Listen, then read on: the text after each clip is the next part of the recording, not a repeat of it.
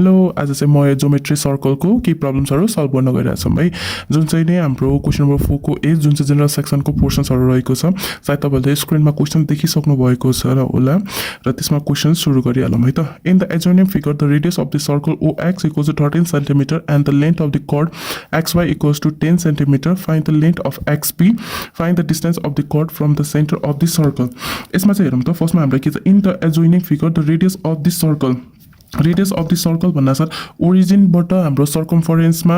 हाम्रो पोइन्ट कुनै लाइन ओरिजिनबाट सर्कमफरेन्ससम्म गएको छ हामी त्यसलाई रेडियस भन्छौं र radius of the circle OX equals to 13 centimetre यो चाहिँ हामीलाई गिवन क्वेशन्समै भएको है and the length of the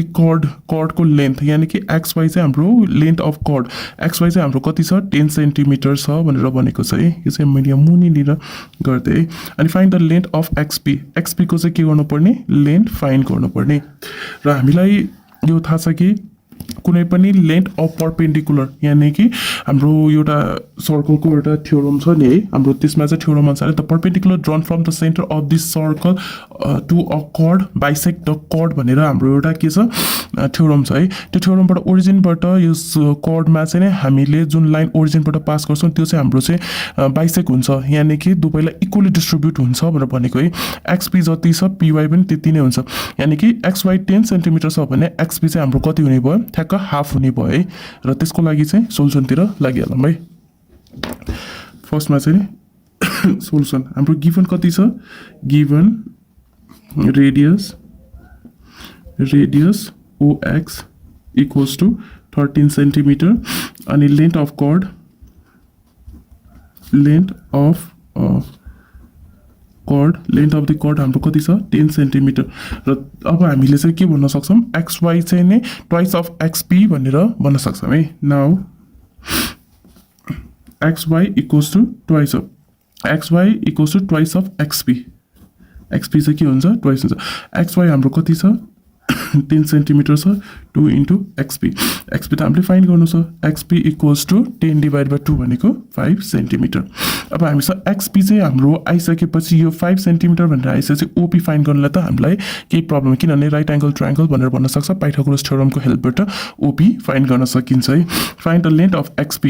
को हाम्रो लेन्थ 5 फाइन्ड भइसकेछ फर्स्ट को आन्सर भयो है अब सेकेन्ड को लागि अनि सेकेन्ड को लागि हेरौं त the distance of the chord from the centre to the circle यानी कि सेन्टरबाट कर्डसम्मको हामीले फाइन्ड गर्नुपर्ने है अब यसमा चाहिँ हामीले के गर्न सकिन्छ by using Pythagoras theorem now in triangle XOP जसमा hypotenuse H equals to 13 centimetre अनि reference angle as a U लियो भने OP as a perpendicular reference angle लिएकोमा हुन्छ है XP इक्वल्स टु यानी कि यो बेस इक्वल्स टु XP जुन चाहिँ हाम्रो XP भनेको छ 5 centimetre by using Pythagoras theorem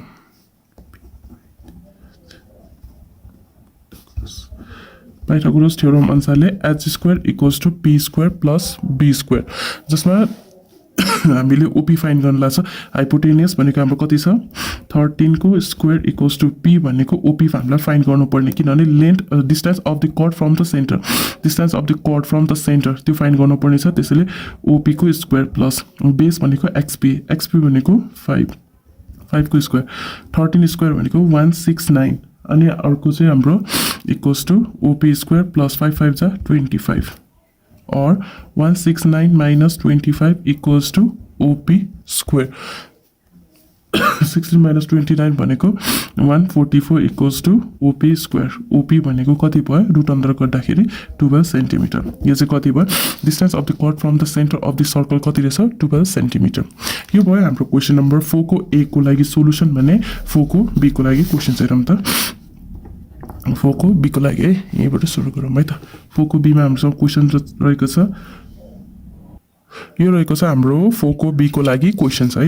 in the adjoining figure O is the centre of the circle with radius 5 centimetre radius भन्ना साथ ओरिजिनबाट सर्कमफरेन्ससम्म आएको हाम्रो जुन चाहिँ नै लाइन हुन्छ त्यसलाई चाहिँ नै त्यहाँको डिस्टेन्स हुन्छ त्यसलाई चाहिँ हामी रेडियस भन्छ है अनि if OP perpendicular to MN अनि OP भनेको चाहिँ हाम्रो कति छ 3 सेन्टिमिटर छ 3 centimetre answer the following question what is the length of MP को लेन्थ चाहिँ कति छ भनेर फाइन्ड गर्नुपर्ने है र त्यसको लागि चाहिँ हामीले सकिन्छ अनि MN को पनि हामीले के गर्ने length of the chord MN को पनि के गर्नुपर्ने कर्डको लेन्थ फाइन्ड गर्नुपर्ने सोलुसन फर्स्टमा त हामीले राइट एंगल ट्रायंगल हो भनेर MOP को हेल्पबाट बाइ चाहिँ पाइथागोरस थ्योरमबाट चाहिँ हामीले के गर्न सकिन्छ MP फाइन्ड गर्न सकिन्छ अनि MN भनेको चाहिँ नै ट्वाइस अफ MP हो नि त है त्यसैबाट फाइन्ड गरौँ है त solution in triangle MOP hypotenuse equals to OM जसमा कति छ 5 सेन्टिमिटर अनि reference angle as a M लियो भने perpendicular equals to OP equals to 3 centimetre अनि base B equals to MP त्यो चाहिँ हामीले के गर्नु भने फाइन्ड गर्नुपर्ने है we know by using Pythagoras theorem अनुसारले चाहिँ हाम्रो के छ formula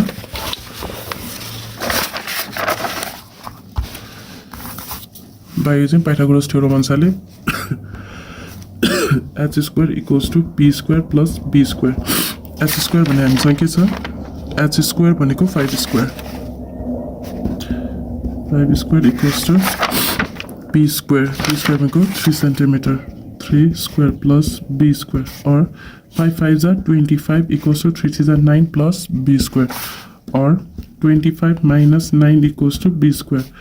or 16 equals to b square b equals to 4 centimeter हाम्रो चाहिँ कति आयो 4 सेन्टिमिटर चाहिँ हाम्रो बेस आयो जुन चाहिँ MP equals to where MP equals to 4 centimetre MP चाहिँ हाम्रो कति आयो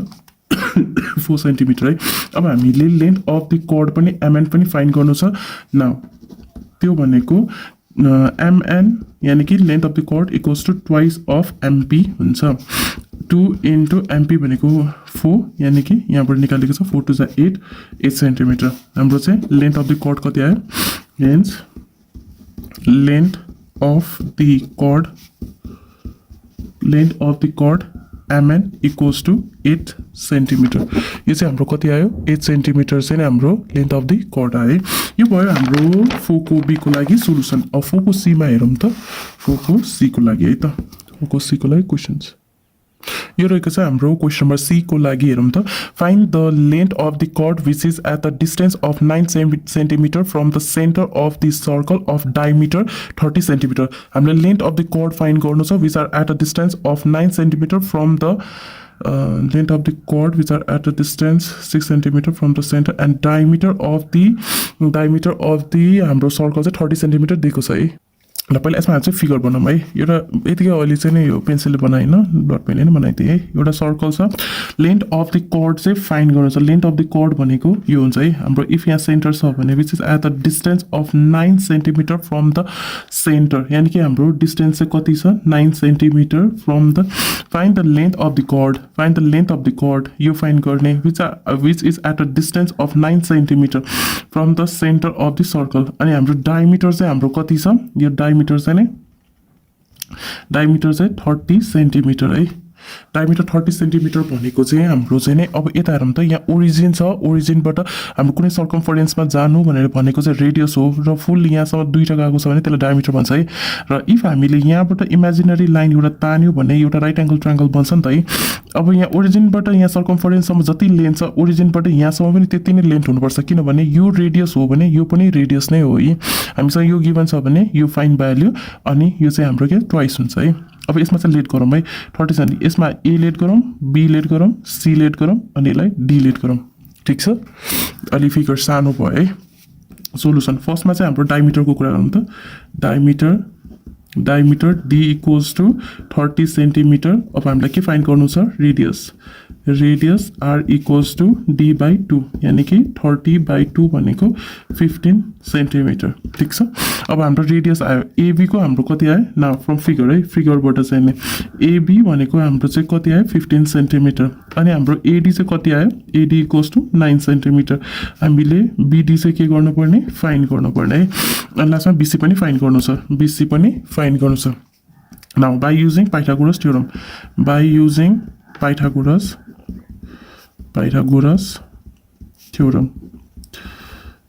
theorem अनुसारले h square equals to p square plus b square. h square भनेको के छ हामीसँग हाइपोटेनस भनेको AB, जसलाई हामी हाइपोटेनस भन्छ. As a reference angle B लियो भने अनि हाम्रो AD चाहिँ कति हुन्छ परपेन्डिकुलर हुन्छ. यो चाहिँ हाम्रो बेस हुन्छ है. अब हाइपोटेनस हाम्रो कति छ 15 को स्क्वायर इक्वल्स टु p भनेको 9 को स्क्वायर प्लस बेस भनेको BD को स्क्वायर और 15 को स्क्वायर यानी कि 15 into 15 यानी कि 15 को स्क्वायर भनेको 225 इक्वल्स टु 9 9 81 प्लस BD को स्क्वायर और हामी डाइरेक्ट BD को square equals to 225 minus 81 BD equals to root under 144 225 minus 81 भनेको 144 BD इक्वल्स टु हाम्रो 144 भनेको 12 को के हुन्छ स्क्वायर हो है. अनि हामीले BD फाइन्ड गरौँ हैन. BD यो A हो, B हो, C हो अनि यो D हो है. BD फाइन्ड गरेर चाहिँ BC equals to twice of BD. यो त हामीले भनिरहेको छ किनभने length of perpendicular from the centre of the circle bisect the chord भनेर भनेको छ. एट द यानी बाइसेक्ट गर्नु भनेको हाफले गर्नु है. Now BC equals to twice of BD यानी कि 2 into 12 to the 24 सेन्टिमिटर.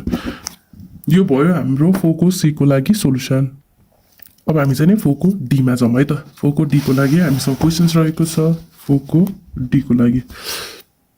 यो रहेको छ हाम्रो 4 को D को लागि क्वेशन्स है. In the given figure O is the centre of the circle CD. अब हामीसँग CD कहाँ छ हेरौँ त. C यहाँ छ. CD is a diameter. C र D चाहिँ हाम्रो के छ diameter. If OE perpendicular to AB अनि हामीसँग CD भनेको चाहिँ कति छ CD भनेको 20 सेन्टिमिटर यानी कि डायमिटर हाम्रो CD कति छ 20 सेन्टिमिटर दिएको छ. AB भनेको हाम्रो कति छ AB length of the chord 16 centimetre. Length of the chord को लागि त half AB equals to twice of AE त्यो गर्ने हुन्छ. त्यसैले AE को हामीलाई कसरी निस्किन्छ थाहा भयो है. अनि OA भनेको डायमिटरको हाफ गर्न साथै हाम्रो के हुन्छ रेडियस फाइन्ड हुन्छ. यसरी है. ओरिजिनबाट C सम्म पनि रेडियस, ओरिजिनबाट A सम्म पनि रेडियस नै हो है. ल सल्भ गरौँ. सोलुसन फर्स्टमा चाहिँ हामीसँग OE परपेन्डिकुलर टु AB छ र CD भनेको diameter diameter D equals to 20 centimetre. अब हामीलाई के चाहिरहेको छ रेडियस OC है. Radius R equals to D/2. D भनेको 20/2 यानी कि 10 सेन्टिमिटर. रेडियस भनेको OC पनि हो अनि OA पनि हो जुन चाहिँ 10 सेन्टिमिटर हो. एउटा फर्स्ट को सोलुसन भयो. अब सेकेन्ड को लागि हेरौँ त. फर्स्ट को भयो. अब सेकेन्ड को लागि AE को लेन्थ फाइन्ड गर्नु छ. हामीलाई लेन्थ अफ द कर्ड हामीलाई दिइरहेको छ है. यानी कि AB is the length of the chord. Length of the chord equals to 16 centimetre. Length of the chord कति छ 16 सेन्टिमिटर जसमा AB equals to twice of AE भन्न मिल्छ है. AB को त हाम्रो लेन्थ कति छ 16 सेन्टिमिटर टु AE को लेन्थ फाइन्ड गरेर AE इक्वल्स टु 18/2 भनेको 8 सेन्टिमिटर. हाम्रो सेकेन्ड को पनि AE को पनि आइसकेको छ है. अब हामीलाई ED को फाइन्ड गर्नु भनेर छ हेरौँ त. ओरिजिनदेखि D सम्मको हाम्रो रेडियस हो. रेडियस र अनि OE भनेको चाहिँ अब हामीले फाइन्ड गर्ने. अनि यदि हामीले ओरिजिनदेखि D सम्मको लेन्थ थाहा पायो OE को लेन्थ थाहा पायो भने ED लाई चाहिँ हामीले गर्न सकिन्छ है. न पहिला सुरु त्यसैले इन ट्रायंगल AOE फाइन्ड गरौँ है. AE त हामीलाई थाहा भइसक्छ 8 सेन्टिमिटर. OA भनेको हाम्रो 10 सेन्टिमिटर. अब यो फाइन्ड गर्न त हामीले पाइथागोरस थ्योरमबाट गर्न सकिन्छ है. नाउ अब थर्ड को लागि है. इन ट्रायंगल AOE को लागि चाहिँ नै हाइपोटेनस इक्वल्स टु OA जसलाई चाहिँ नै रेडियस 10 सेन्टिमिटर भनेको छ. Reference angle as a A लियो भने परपेन्डिकुलर OE हुन्छ. OE इक्वल्स टु परपेन्डिकुलर जुन चाहिँ हामीले के गर्नुपर्ने फाइन्ड गर्नुपर्ने है जसलाई हामीले परपेन्डिकुलर भन्छ. अनि AE भनेको कति छ AE 8 सेन्टिमिटर जसलाई हामीले बेस भनेको छौँ है. By using